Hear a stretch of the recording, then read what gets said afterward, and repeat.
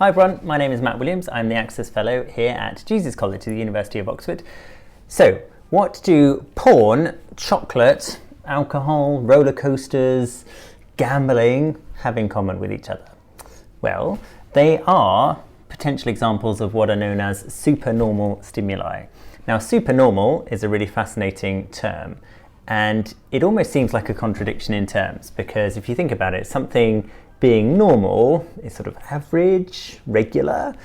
So then appending super to it, prefixing super to it, seems very odd indeed. But this is a thing. I haven't just made it up, I promise. And I'm going to talk you through it with some slides. So I'm just going to share my screen so that you can see my slides. Here we go. And we're going to talk through supernormal stimuli. Now basically a supernormal stimuli is something that is kind of normal. In other words, our brains are evolved to manage those stimulations. It has some capacity to deal with the stimulus, be it a sensory stimulus or a chemical stimulus or some other sort of input from the outside world, but it's exaggerated, it's dialed up to 11. Okay, so I'll go through some examples and it'll make a lot more sense, but this becomes relevant for questions of addiction, portion sizes at McDonald's, why we find it so difficult to put down our phones. This is such a fascinating concept and it covers so many aspects of our lives that hopefully you'll find it engaging. So before we talk about supernormal, let's talk about normal. Now these three words, what is normal, formed the basis of a past Oxford interview question for the degree of experimental psychology. And the reason it's such a great interview question is that you can extract so much of interest from so little. It's just three words, but you could write books about this. You know, what is normal is so fascinating. We might be tempted to say that the word normal is problematic because if you think about its antonym, abnormal, that has certain derogatory connotations. If I said, for example, that someone was abnormal, it would seem to imply that I disapproved of that. Whereas there are more value neutral terms such as average. So if, for example, someone was taller than 6'5", I might say that they are taller than average, but I might not be tempted to say that they're abnormal because it sounds a bit wrong. But nonetheless, we still use the term normal quite regularly in common language. So we must have a sense of what it means. But it becomes problematic for another reason apart from its seeming moral associations, which is that it has a notion of generality. So if we can say something is normal, the implication is that it's normal for everyone. But of course, that doesn't necessarily make a great deal of sense. And it may be tempting to conclude that normal has to be relative. It has to be relative to time, place, gender, you name it. There could be all sorts of ways we could differentiate normal. Anyway, the reason this is such an important question for psychologists is because one of the aspects of studying psychology is to establish a basis for comparison between individuals to try and work out what might be a normal mindset for example, versus what may be an abnormal or unusual or some other sense different mindset. Okay, so it's a really interesting term, but it's actually more complex to think of than we might hope.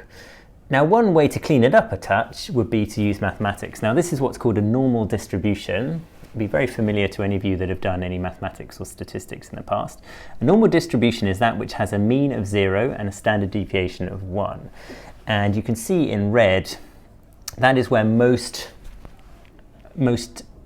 individuals might cluster. So let's say this was describing height in a society. Let's say this was the height of people in the United Kingdom. Now, for various archaic reasons in Britain, we still use imperial measurements for height. So I am the mean or average height of a male in the United Kingdom. I'm 5'9" inches tall. So I would be slap bang in the middle of this bell curve. But people who are, let's say, 6'4" or taller would be drifting into this sort of 1 or 2 standard deviations above the mean. And if you're getting into the sort of 7-foot territory, then you're right at the far right skew of this distribution. If conversely you are, let's say, 5'4" or shorter as a man, then you're going to be further down this side of the bell-shaped curve. So that, I suppose, is perhaps where we have adopted the term normal in a scientific context. So a supernormal stimulation would be something that is not completely unrelated to what would be a normal stimulation, but it is just much exaggerated, okay? And hence supernormal, okay? So an example might be this chocolate cake. Our brains and bodies have evolved to deal with the stimulation of sugar, of the sensory stimulation of colour. But if you whack all of that in an incredibly concentrated package, such as this gorgeous rainbow cake is, then that is packing much more of a punch than our bodies and brains are evolved to deal with. Bear in mind that in physiological and neurophysiological terms, we haven't evolved a great deal since we stopped being hunter-gatherers, and yet we have developed the tools and the capacities to come up with the sort of stuff that our hunter-gatherer ancestors, our Neolithic ancestors, could not have dreamed of. Can you imagine if I could go back in time to a Neolithic individual and slap that birthday cake in front of them? I mean, they would think I was some sort of god, and not simply because I was able to travel in time to get to them, but because I was able to put that frickin' thing in front of their faces. It's an assault on the senses. Now, it's nothing completely out of the ordinary. You know, it's not a stimulus that we are not evolved to deal with. It's not going to kill us, but it's absolutely just turning everything up to 11. You know, your visual senses, and certainly if you eat it, the amount of sugar in that is going to be way beyond what would be normal for an individual, most likely on a daily basis. Okay, so that's what I want to get into, is what effects do these supernormal stimuli have on our brains, and how does our body cope with them? And this has reference to things such as addiction, which is a state of sustained, almost normalizing a supernormal stimulation, where you have that exaggerated stimulus on a sustained basis. How do you deal with it? So, for example, you might have an addiction to pornography, you might have an addiction to recreational drugs or alcohol. These start to normalize an exaggerated stimulation, such that it's not an exaggeration for you anymore. And then withdrawing from that and returning back to normal can be, in some instances, painful, and in other instances, downright lethal. The withdrawal from alcohol, as we will go on to discuss later, can be fatal if managed poorly, because the brain has changed in the process of obtaining an addiction. But, you know, that's not to say that supernormal stimulation is necessarily bad and immoral and to be shunned. We are capable of producing these sorts of exaggerated stimulations, and so I'm not necessarily discussing the morality around them, but I'm just discussing them as an interesting concept to think about. Roller coasters, for example, as shown here, are an example of a supernormal stimulation, but they're fairly harmless for the most part. Obviously, accidents can happen, but it's not going to affect your brain and body on a sustained basis unless you have an unlucky accident on one of those. Okay, so one point to concentrate on is how a supernormal stimulus affects the brain. And when it comes to the brain, one thing that we may like to sort of focus our attention on is mood neurotransmitters. So neurotransmitters that are those chemicals that help neurons in your brain speak to each other effectively. And there are 4 in particular that are important for regulating mood. And they are dopamine, oxytocin, serotonin, and endorphins. And so they form the useful acronym DOSE. And the old saying goes that dose is the poison. So, you know, anything can be poisonous, including water and oxygen, if you have too much of it. And these neurotransmitters on their own are not poisonous, but the stimulation could be. And if you overdose on dopamine, for example, then it can be quite hard if you have this sort of sustained desire to obtain dopamine. It can be quite hard to withdraw from that. So let's give some examples. Gambling is a good example. Now, dopamine is related to scarcity. So it is a fascinating neurotransmitter that we evolved, and in fact we don't have it on our own. Many animals have it as well, but it has been evolved in order to deal with scarcity. Let's say, for example, that you are a Neolithic human and you're hunting. If you come across some prey that you are then able to kill and consume, then your brain would reward you with a hit of dopamine because you have managed to obtain something that will keep you alive. And that sort of reward mechanism is incredibly useful from a survival standpoint, and it gives your brain and body feedback to encourage you to stick it out, basically, because hunting is quite a slow, difficult business in which there will be many failures. If you didn't have that hit of reward, then you may not feel incentivized to go through the whole painful process again. Gambling, with its randomness, has a similar effect on the brain. When you win big, you get a big flush of dopamine. And in hunting, that good feeling, that thrill, that elation that you get, you may be tempted to keep going at it. Okay? Something similar happens with social media. We feel that sort of whoosh, that thrill, that delight when people like a tweet that we've sent or give a thumbs up to a post on Facebook or whatever. And the designers of the algorithms of these social media platforms, of course, were entirely conscious that they were playing with neurotransmitters. Jack Dorsey, one of the founders of Twitter, in fact, recognized in a recent interview that he utilized game theory in order to create the algorithm for Twitter, that he understood that it would be effectively a game to try and increase and maximize the number of retweets and the number of likes that an individual would obtain. And that in seeking to constantly maximize their performance as if it were a game, they would probably start sharing more bold, more out there ideas. He was saying as much in regards to the use of Twitter by some fairly sort of extreme characters. And he was trying to explain how the algorithm worked. But it's quite clear that these social media algorithms are attuned to our internal neurotransmitters, and they provide a supernormal stimulation. So they are stimulating our dopamine release, but in a somewhat exaggerated way. And they provide it with an enormous degree of accessibility. You know, you can just take out your phone, your smartphone or what have you, and you can get that hit of dopamine pretty cheap, you know, in the grand scheme. You don't need to go hunting mammoths or anything like that, and you can get it. And it's so thrilling that people will seek it, and they will become almost addicted. I mean, not addicted in the sense of being chemically dependent, but addicted in the sense of finding it quite frustrating if they're not on social media, if they're not gambling. And you can get very seriously addicted to gambling, of course, and that can lead to very parlous financial consequences. Now, opioids are important with regards to endorphins. Now, endorphins give you that sense of euphoria. You can get a rush of endorphins from a very heavy workout session, for example. And diamorphine is chemically analogous to endorphins. So diamorphine is the chemical, or the medicinal name for heroin and other opioids. So drug users will get that sense of euphoria, that sense of elation, because they have saturated their brain in a neurotransmitter or a neurotransmitter analog.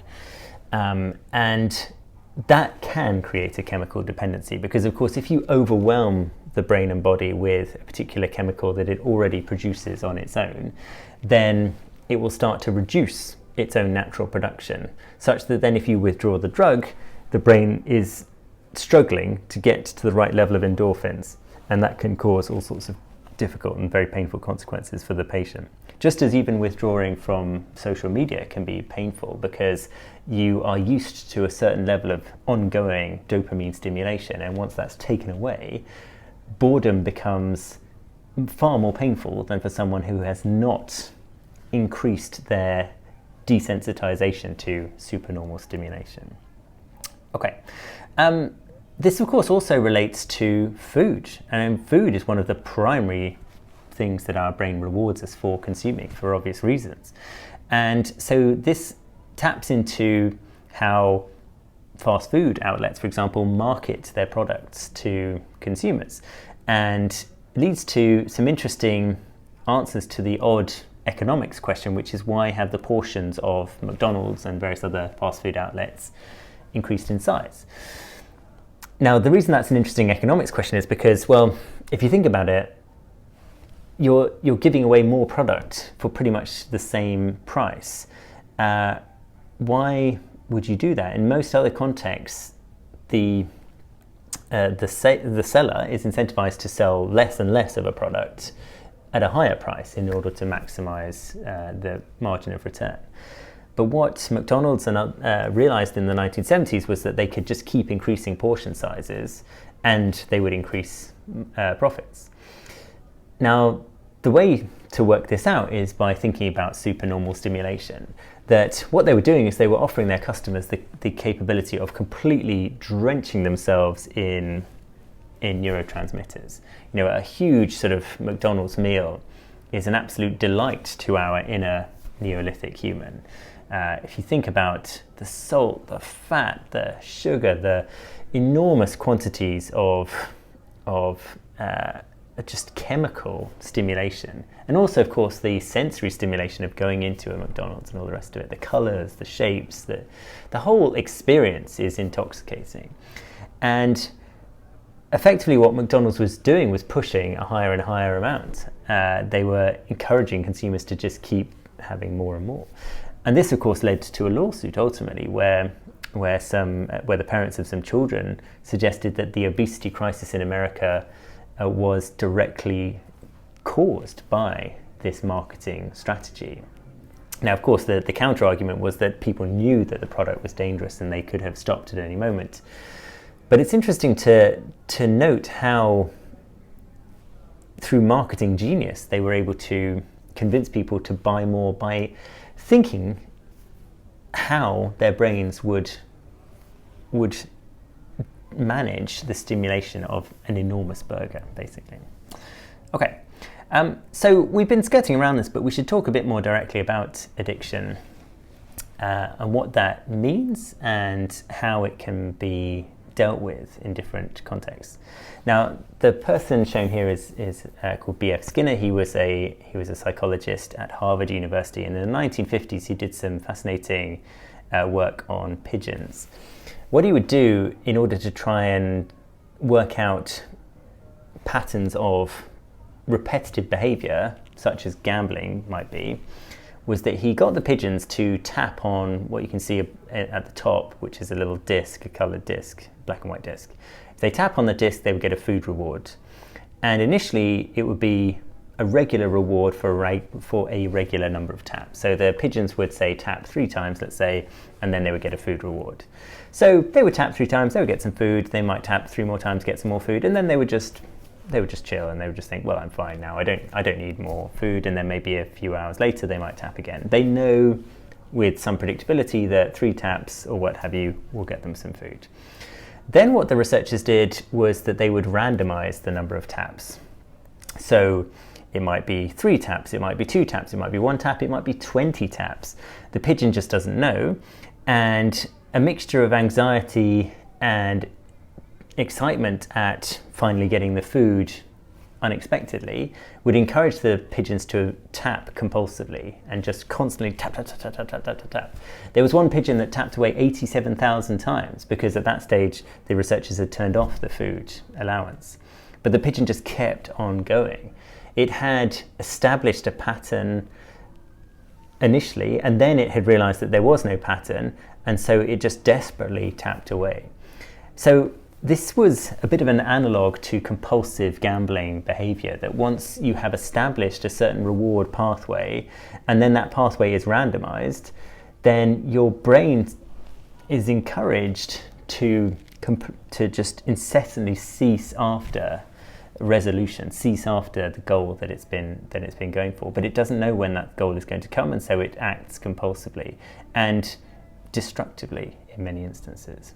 Okay, now that's gambling addiction, of course, is non-lethal. It can be lethal indirectly if someone uses up all of their life savings, becomes destitute, and so on.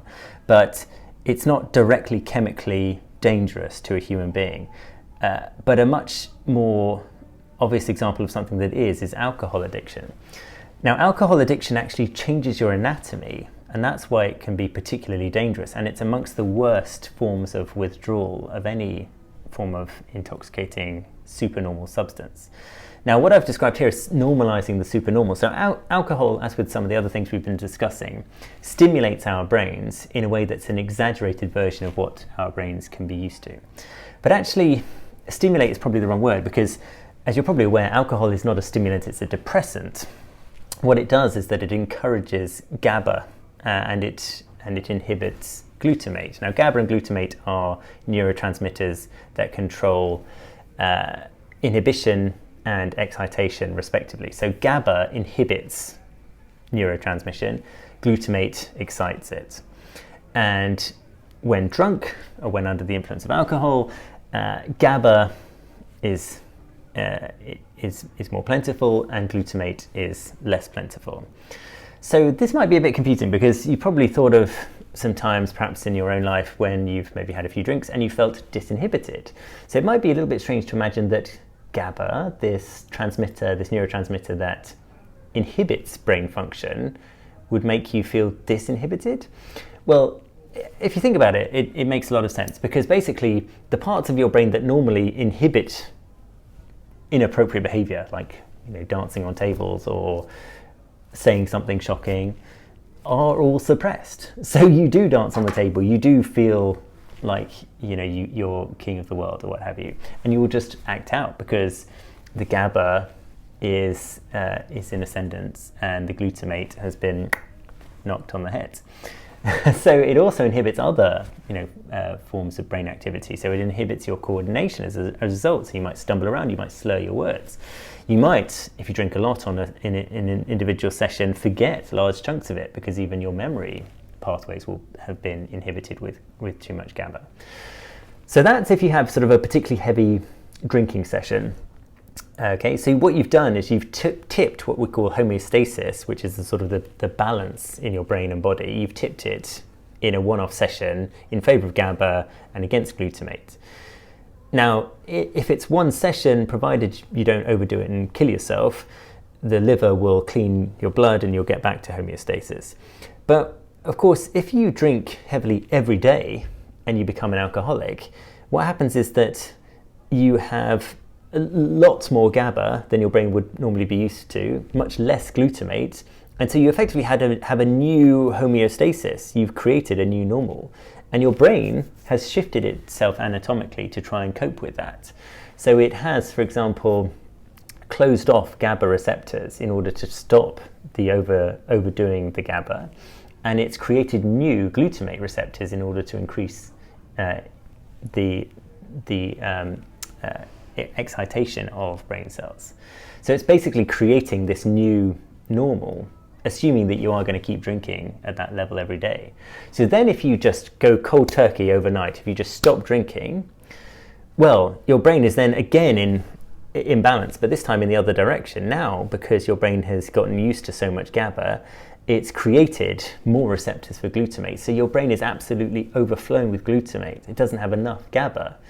And that can actually be really dangerous. If you have a very serious alcohol addiction, then withdrawal can lead to such high levels of excitation that people can lapse into seizures, they can start fitting, and they could even die. I mean, it can be incredibly dangerous. And so people who have very serious alcohol addictions have to be often weaned off them slowly, typically using other medicines such as benzodiazepines.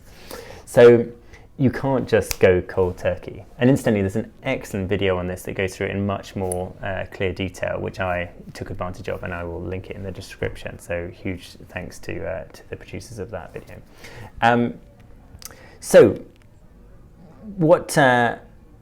what we need to think about is that sometimes these supernormal stimulation becomes so sort of almost necessary to our lives that they become normal.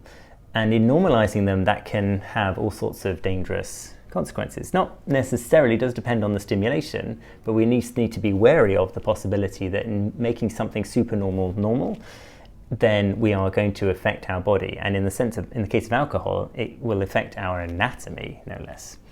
Okay, so what's the future of supernormal stimulation? Well, there's a really interesting movement in social media to what Facebook are calling the Metaverse. And here's a construction, an artist's rendering of what's going to be called Facebook Horizon, wherein people will interact in a virtual reality. Apple are doing something similar with Apple View. And so we will be encouraged by social media and technology companies to inhabit an online environment, effectively to be stimulated by a fake reality. This is very close to what a philosopher called Robert Nozick described as the experience engine or the experience machine. What he argued as a thought experiment, well, didn't argue, but he sort of raised as a thought experiment, was that imagine you could step inside a machine and experience any reality you liked, including sort of absolute bliss. And once you're inside the machine, you don't know you've entered it. Would you get inside? It's a difficult one. Many people that I've asked this question to have said, nah, I'll stick with my current reality for all its faults. But it's interesting to see where technology companies are going with this, that they are effectively trying to create immersive stimulation, which will be supernormal, because it will be something that our Neolithic brains will have never evolved to experience. And yet it's going to be bombarding us with all sorts of stimulation, mostly sensory, that it's going to be interesting to see how we deal with it. It could, for example, have all sorts of implications for how we manage boredom. Boredom is a state of mind very close to disgust. It elicits similar responses in the brain. And people could arguably be incapable of managing their own boredom if they are immersed in such incredibly stimulating environments. It's not inconceivable to imagine that if someone is in this sort of wonderland, could they step out of it and just do a 9-to-5 job without finding it just devastatingly hard? We'll find out, I guess. But, again, it's a supernormal stimulation that could become normal and could be painful to retract from. So, well, is there any way to restore balance if someone has become somewhat over-reliant on supernormal stimulation? Can they revert to normal stimulation? Well, so I suppose what's interesting is that in visions of the future, we tend to see this sort of saturated urban landscapes which are just overflowing with supernormal stimulation. This is an image from the anime Akira, and the city is Neo-Tokyo.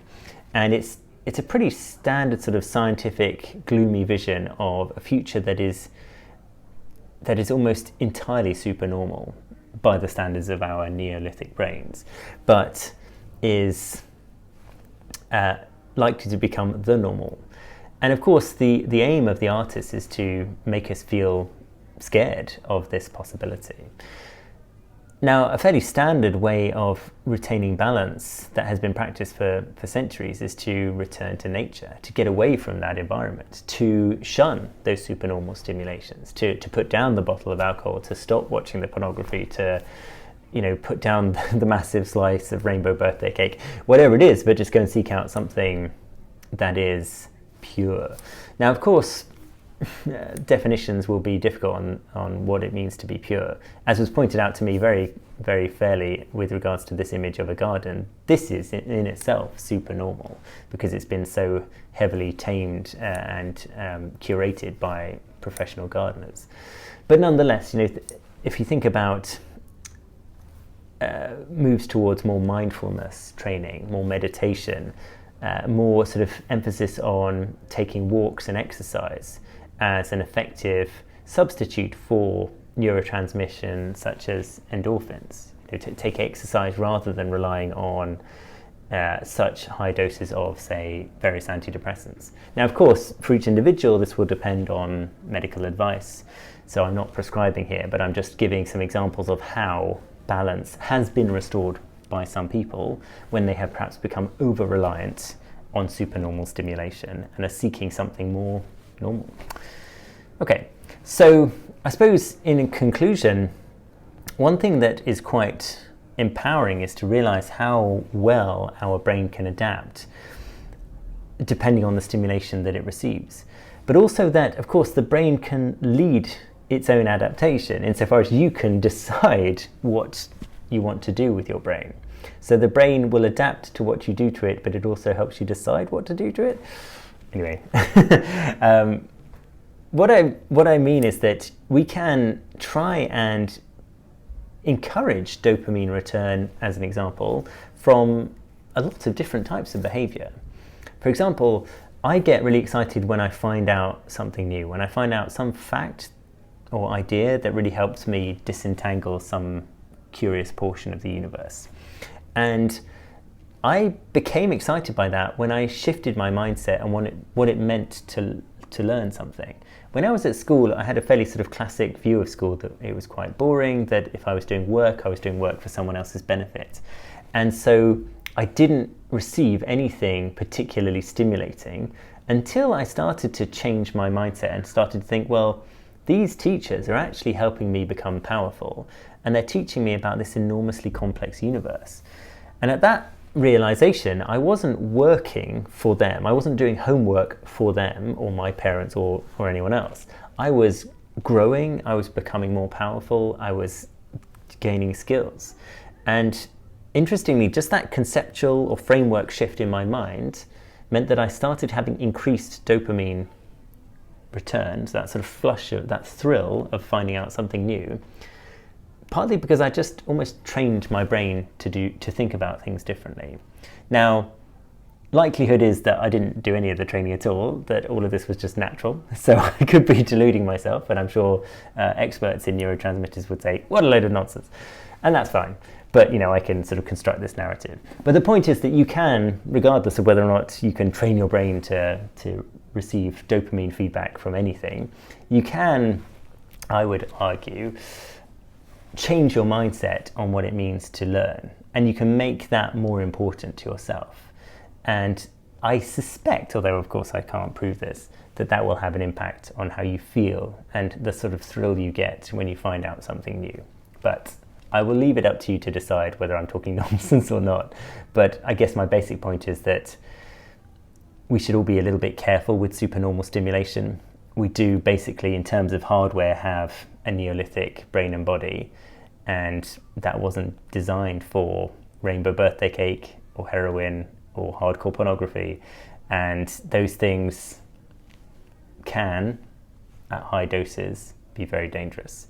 And we can take similar thrills from much more harmless stimulation. So obviously each is a personal choice, but all I would advocate is that you take care and remember that the dose is the poison. Anyway, thank you so much for watching. I hope you take care of yourselves and your loved ones. I'll see you next time. Thanks. Bye.